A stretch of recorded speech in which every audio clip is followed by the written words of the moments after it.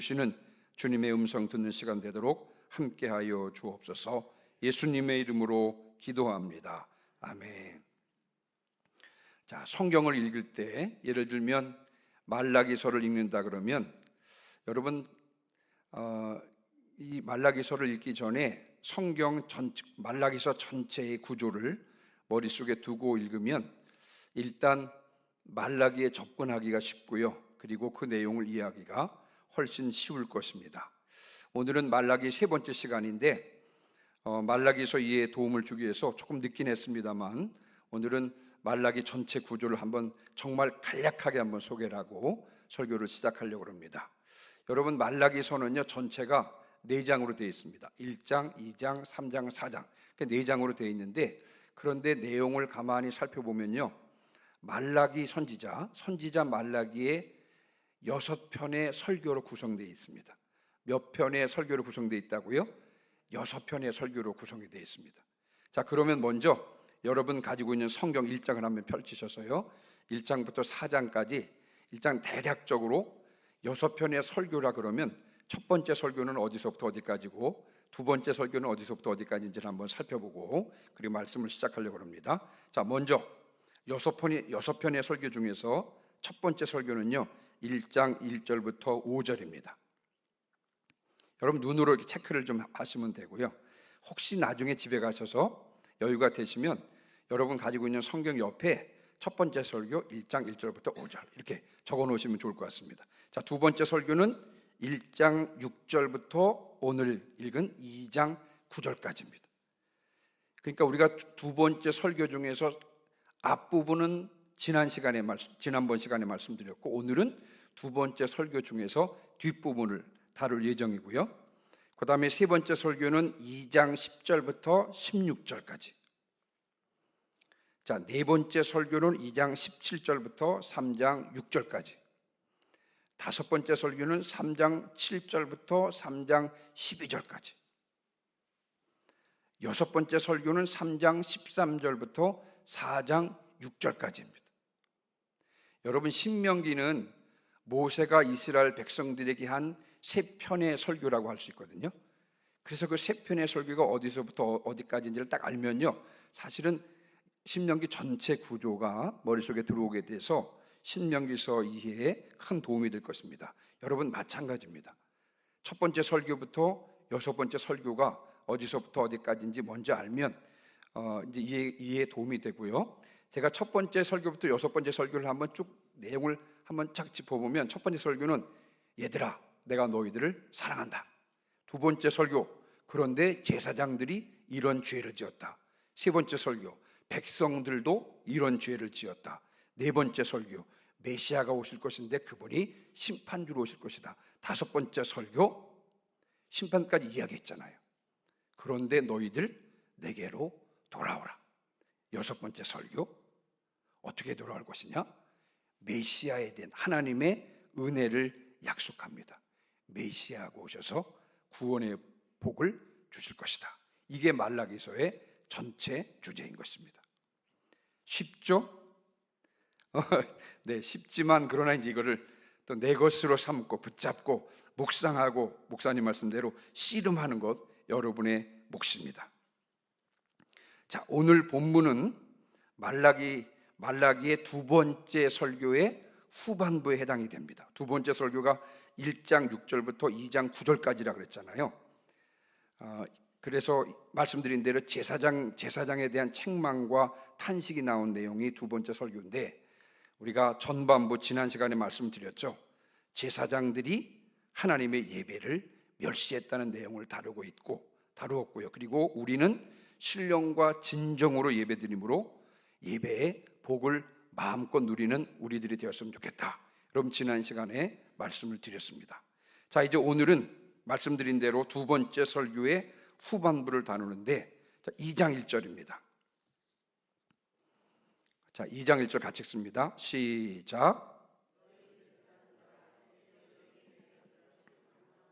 아멘. 두 번째 설교의 후반부라 그랬죠. 여러분 두 번째 설교의 전반부는 6절 보시면 내 이름을 멸시하는 제사장들아, 제사장들에 대한 설교고요. 오늘도 마찬가지로 2장 1절 두 번째 설교 후반부리라 그랬습니다만 너희 제사장들아, 오늘 설교의 대상도 제사장들입니다. 근데 꼭 제사장들이 아니라 나중에 이제 보시면 아시겠습니다만 오늘 우리들에게 주시는 말씀으로 들어도 됩니다. 자, 그러면서 이제 하나님께서 이렇게 말씀하십니다. 이제 너희에게 이같이 명령하노라.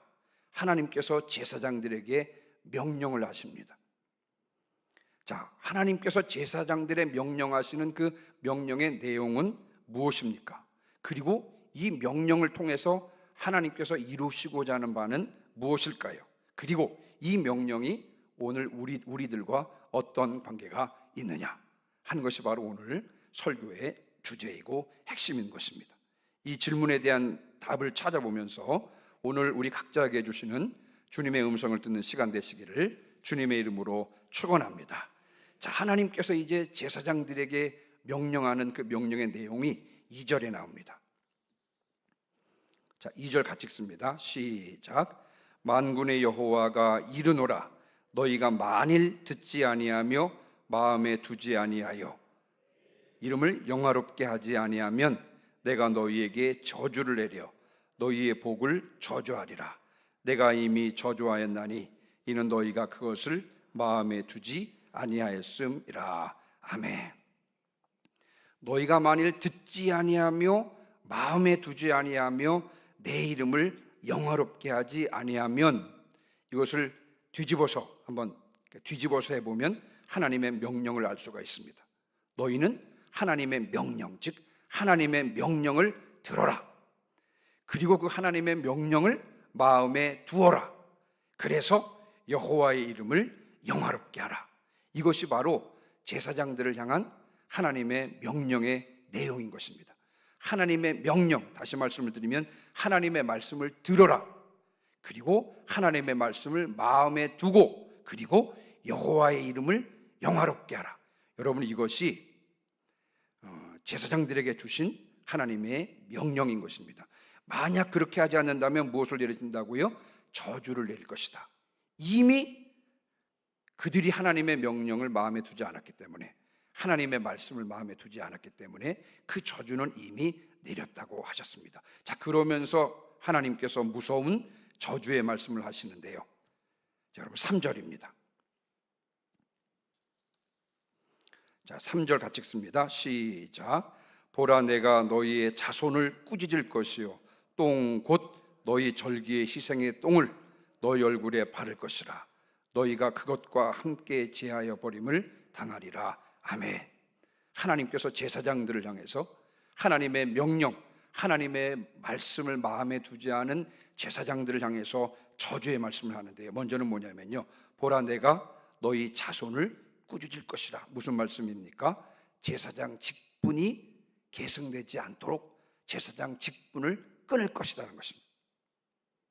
그리고 하나님께서 원색적인 말씀을 하십니다. 뭐예요? 똥을 너희 얼굴을 발 것이다. 근데 여러분, 똥 그러면서 추가로 설명을 하고 있습니다.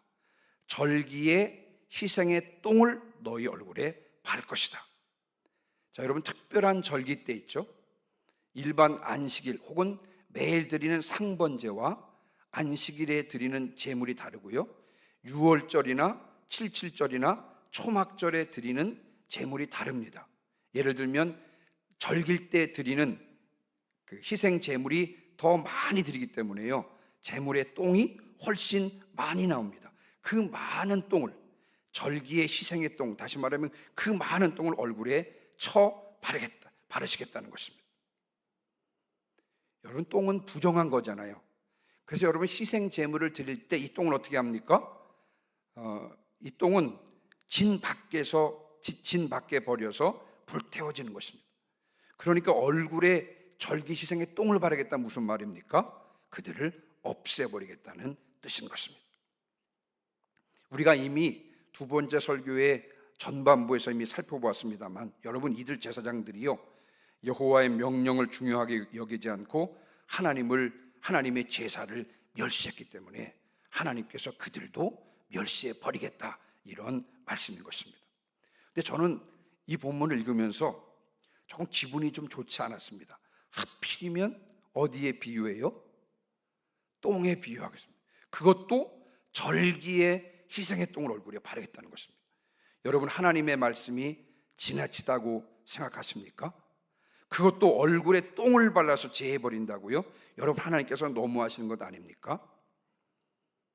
그런데 이렇게 생각하시기 전에요, 이렇게 말씀하시는 하나님의 마음을 우리가 읽을 수 있어야 합니다. 이렇게 말씀하시는 하나님의 의도를 우리가 알아야 하는 것입니다. 우리가 늘 염두에 둬야 될 것이 뭐냐면요, 우리를 향하신 하나님의 마음입니다. 우리를 향하신 하나님의 뜻을 늘 염두에 두어야 할 줄 믿습니다. 왜냐하면 결국은 하나님의 뜻이 서기 때문에 그렇습니다. 결국 이루어지는 것은요, 내 뜻이 이루어지는 것이 아니라, 내 마음이 이루어지는 것이 아니라, 결국 이루어지는 것은요, 하나님의 뜻, 하나님의 마음이기 때문에 그렇습니다. 언제나 하나님의 뜻을 헤아려 알고 그 뜻대로 순종하는 성도들 되시기를 주님의 이름으로 축원합니다. 자, 그러면 하나님께서 정말 이 제사장들을 죽이려고 그렇게 말씀하셨습니까? 하나님께서 정말 그 제사장들에게 재앙을 내려서 완전히 없애버리려고 그렇게 말씀하시는 것입니까? 여러분, 그렇지 않습니다. 우리를 향하신 하나님의 마음은 분명하잖아요. 우리가 잘 알고 우리가 좋아하는 예레미야 29장 11절 말씀 있죠. 한번 띄워주시기 바랍니다. 예레미야 29장 11절.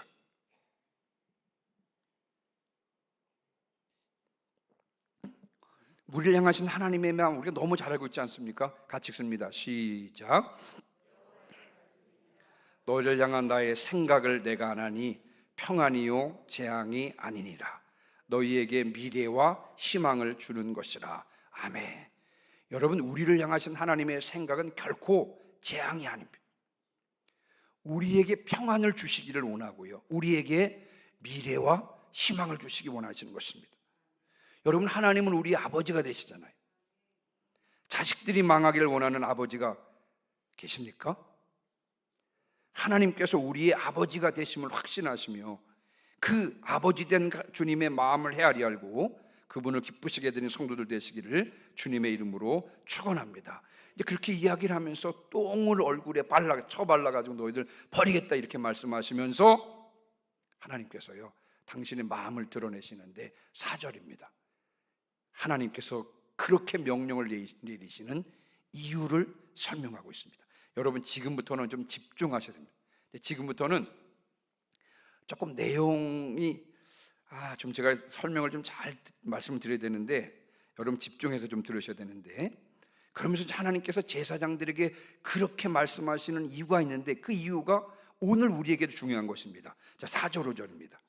자, 지금부터 조금 집중해서 한번 내용으로 한번 들어가 보겠습니다. 4절 5절 시작. 만군의 여호와가 이르노라.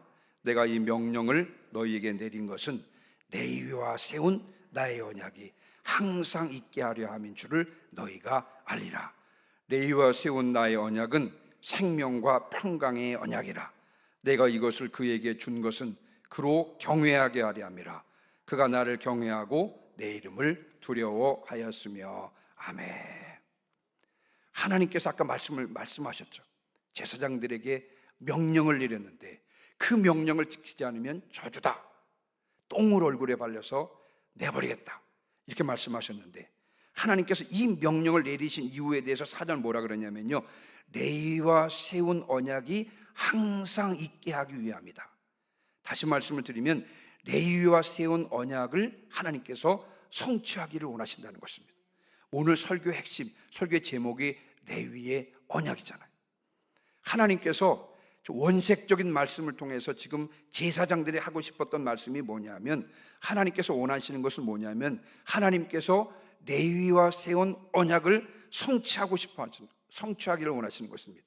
이 레위와 세운 언약이 항상 있게 하기를 원하시는 것입니다. 오늘 본문에는 이 레위와 세운 언약이라고 하는 말이 3번 등장하는데요, 여러분 한번 여러분이 가진 성경을 눈으로 한번 보시기 바랍니다. 눈으로 띄우지 마시고 안 띄우셔도 됩니다. 자, 4절 여러분 가지고 있는 성경을 가지고 한번 보시면 4절 중간에 보시면 레위와 세운 나의 언약이라고 되어 있죠.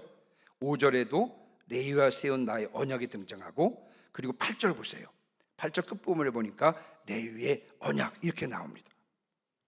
지금 여러분 이 4절 5절에서 오늘 본문에서 하나님께서 강조하고 있는 것이 바로 이 레위의 언약이고요. 이 오늘 설교의 핵심은 바로 이 레위의 언약이 무엇이고 나와 어떤 관계가 있는지를 이해하는 것이 오늘 설교의 핵심입니다.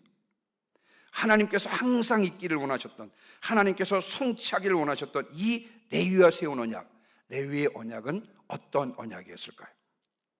오늘 본문 안에는요, 이 레위의 언약이 무엇인지 정확하게 기록되어 있지 않습니다.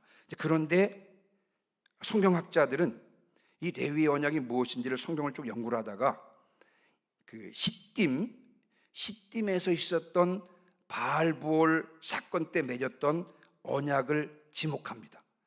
아마 하나님께서 말씀하셨던 레위의 언약은 이 언약일 것이다 라고 하는 것인데, 여러분 한번 들어보시기 바랍니다. 출애굽한 이스라엘 백성들이 요단강 건너기 전에 시딤이라고 하는 곳에 이제 머무르게 되었습니다. 이제 시딤에서 요단강을 건너서 길가를 통해서 이제 가나안 땅으로 들어가게 되었는데요. 근데 시딤에 있을 때 모압 여자들과 이스라엘 백성들이 음행을 합니다. 그리고 여인들에게 유혹되어서 바알볼이라고 하는 우상 숭배를 하게 되는 것입니다. 바알볼에게 절하는 것이에요.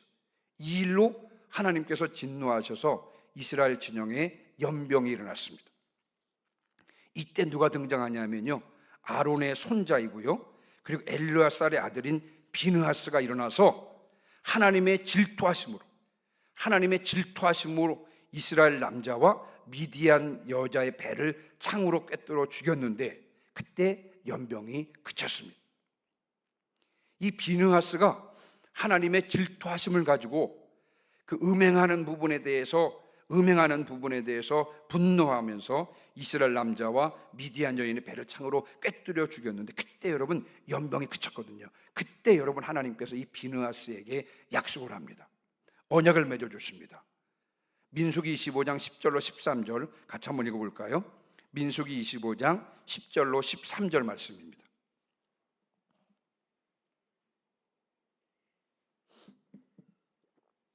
자, 구약성경 민수기 25장 10절로 13절. 자, 제가 읽겠습니다. 여러분 한번 들어보시기 바랍니다. 자, 같이 한번 읽겠습니다. 10절부터 13절 시작. 여호와께서 모세에게 말씀하여 이르시되, 제사장 아론의 손자 엘리야살의 아들 비느하스가 내 질투심으로 질투하여 이스라엘 자손 중에서 내 노를 돌이켜서 내 질투심으로 그들을 소멸하지 않게 하였도다. 그러므로 말하라. 내가 그에게 내 평화의 언약을 주리니 그와 그의 후손에게 영원한 제사장 직분의 언약이라. 그가 그의 하나님을 위하여 질투하여 이스라엘 자손을 속죄하였음이니라. 아멘. 하나님께서는요, 이 하나님을 위해서 질투해서 이스라엘 자손을 속죄한 비느하스에게 평화의 언약을 세워주십니다. 자, 이 평화의 언약이 무엇이냐면요, 비느하스와 그의 후손에게 영원한 제사장 직분을 주신다라고 하는 그런 언약인 것입니다. 다시 말씀을 드리면, 레위 지파 중에서도 아론의 자손이 제사장 직분을 영원히 감당한다는 것입니다. 다른 족속들은, 다른 백성들은 제사장 직분 건드리면 안 되고, 오직 레위 지파 중에서 아론의 자손만 제사장 직분을 감당할 수 있다. 이것이 바로 하나님께서 레위와 세운 레위 언약이라고 할 수가 있는 것입니다. 그런데 5절에 보니까 이 레위 언약을 생명과 평강의 언약이라고 했습니다. 여러분 한번 따라해 보시기 바랍니다. 생명과 평강의 언약. 다시요. 생명과 평강의 언약. 여러분 지금 잘 따라오고 계시죠? 자, 이런 것입니다. 이 레위 언약을 왜 생명과 평강의 언약이라 그러느냐? 레위 언약이 무엇이라고요? 아론의 자손들만 제사장 직분을 영원히 감당할 수 있다. 그런데 이 언약이 무슨 언약이라고요? 생명과 평강의 언약이라고 하는 것입니다. 왜 그렇습니까? 자, 이제 제사장들이 백성을 대신해서 하나님께 제사를 드립니다. 자, 그러면 제사를 드리면 제사장들이 하나님께 제사를 드림으로 백성들의 죄가 속해지는 것입니다. 백성들이 속죄함을 받는 것입니다. 백성들의 죄가 용서함 받으면서 백성들이요 생명과 평강을 누리게 되기 때문에 그렇습니다. 그래서 이 레위 언약을 생명과 평강의 언약이라고 하는 것입니다. 자, 이제 다시 한번 하나님의 마음을 한번 생각해 봅시다. 하나님께서는요, 이 레위와 맺은 이 레위 언약이 성취되기를 원하신다는 것입니다. 이 레위 언약이 항상 있기를 원한다는 것입니다. 무슨 말씀입니까? 하나님께서는요, 당신의 자녀들이, 당신의 백성들이 항상 생명과 평강을 누리기를 원하시는 것입니다. 자, 그러기 위해서는 누가 역할을 잘해야 되냐면요, 제사장들이 역할을 잘해야 된다는 것입니다. 왜냐하면 이 생명과 평강이라고 하는 것은 항상 하나님과의 관계에서 주어지는 것인데, 그 역할을 감당하는 것이 바로 제사장이기 때문에 그런 것입니다. 그런데 오늘 8절에 보니까요, 제사장들은 레위의 언약을 깨뜨렸다 그랬습니다. 제사장들이 이 레위의 언약을 제대로 이행하지 못했고요, 그래서 백성들도 생명과 평강을 누리지 못하고 있었던 것입니다. 그래서 하나님께서 다시 이 제사장들에게 다시 이 레위 언약을 지금 상기시켜 주는 것입니다. 원색적인 표현, 극단적인 표현을 막 써가면서 하나님께서 이 레위 언약을 상기시켜 주심으로 제사장들이 참된 제사장의 모습을 회복하고, 그 결과로 백성들이 생명과 평강을 누리기를 원하셨던 것입니다.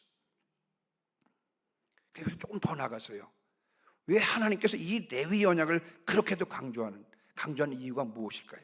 왜 자꾸 레위 언약, 레위 언약, 레위 언약이라고 하는 것입니까? 우리가 이제 출애굽기에서 성막을 공부하면서 배운 내용이 있습니다. 뭐냐면, 이제 하나님께서 모세에게 하나님께서 거하실 성막을 만들라고 명령하셨습니다. 근데 이제 성막을 만드는 모세에게 하나님께서 강조하신 내용이 있었는데, 무엇을 강조하라 그랬냐면요, 모세가 성막을 만들 때 꼭 기억해야 될 것이 있습니다. 뭐냐면, 하나님께서 보여주신 모형 그대로 만들라 그랬습니다. 하나님께서 보여주신 모형에 다른 것을 첨가하거나 원래 있는 것을 빼지 말고 그냥 하나님께서 보여주신 모형 그대로 만들라 그랬습니다. 왜 하나님께서 보여주신 양식 그대로 성막을 만들어 했습니까? 왜냐하면요, 성막은 예수 그리스도의 모형이기 때문에 그렇습니다. 성막은 100% 예수 그리스도를 예표하는 것이기 때문에 무엇인가 다르게 만든다, 무엇인가 달라지는 것은요, 다른 복음을 말하는 것과 같기 때문에 그렇습니다. 하나님께서 절기에 희생의 똥을 얼굴에 발라서 버리겠다고 원색적으로 말씀하시면서 제사장들에게 이 레위 언약을 상기시키는 이유는 무엇이냐면요, 아론과 그의 자손 제사장들이 바로 누구를 예표하기 때문이라고요? 바로 예수 그리스도를 예표하기 때문에 그렇습니다. 히브리서 4장 14절 말씀이에요. 그러므로 우리에게 큰 대제사장이 계시니 승천하시니 곧 하나님의 아들 예수시라 그랬어요. 여러분, 제사장들이요, 백성을 대신해서 하나님께 제사드림으로 백성들이 속죄함을 받고 생명과 평강을 누리게 되는 것 마찬가지로, 여러분, 예수님께서 십자가 위에서 피 흘리심으로 단번에 속죄의 제사를 드리셔서요, 우리의 죄를 사해 주시고 누구든지 그를 믿는 자마다 생명과 평강을 누리게 하시는 것입니다. 그래서 하나님께서는 이 레위의 언약이 항상 있기를 원하셨던 것입니다. 왜냐하면 이 레위의 언약은 결국 예수 그리스도께서 이루실 사역, 우리에게 생명과 평강을 주는 그 사역을 예표하기 때문에 그렇습니다.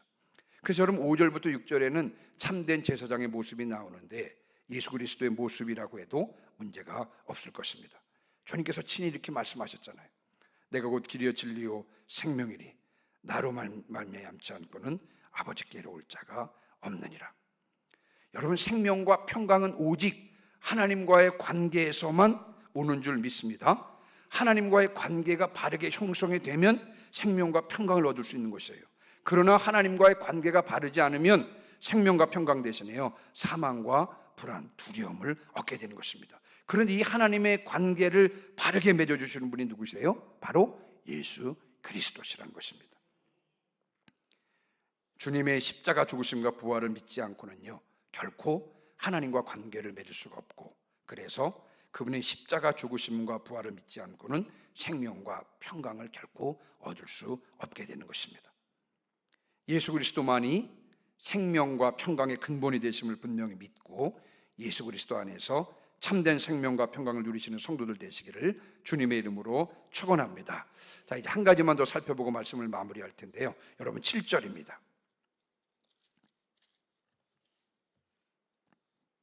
자, 7절 같이 읽습니다. 시작.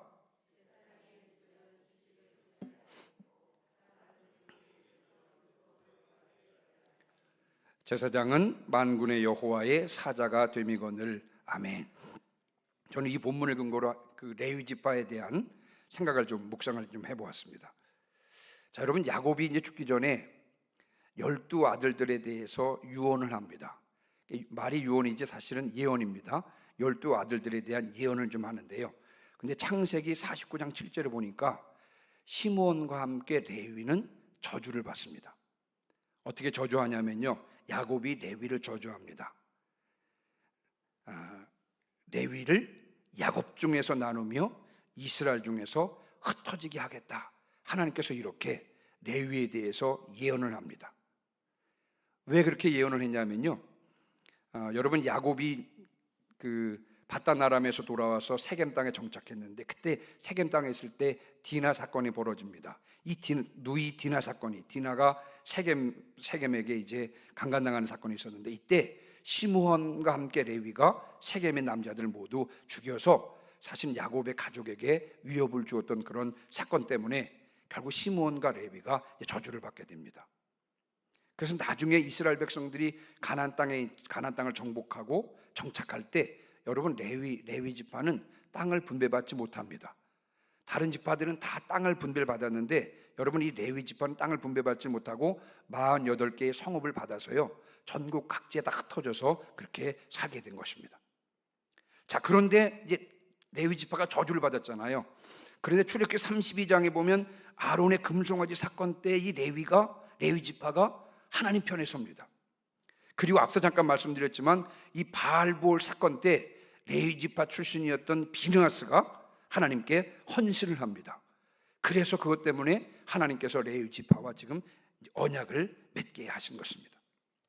자, 여러분 그들은 저주를 받아서 땅 분배를 받지 못하고 성읍 48개 흩어져 살았다고 말씀을 드렸잖아요.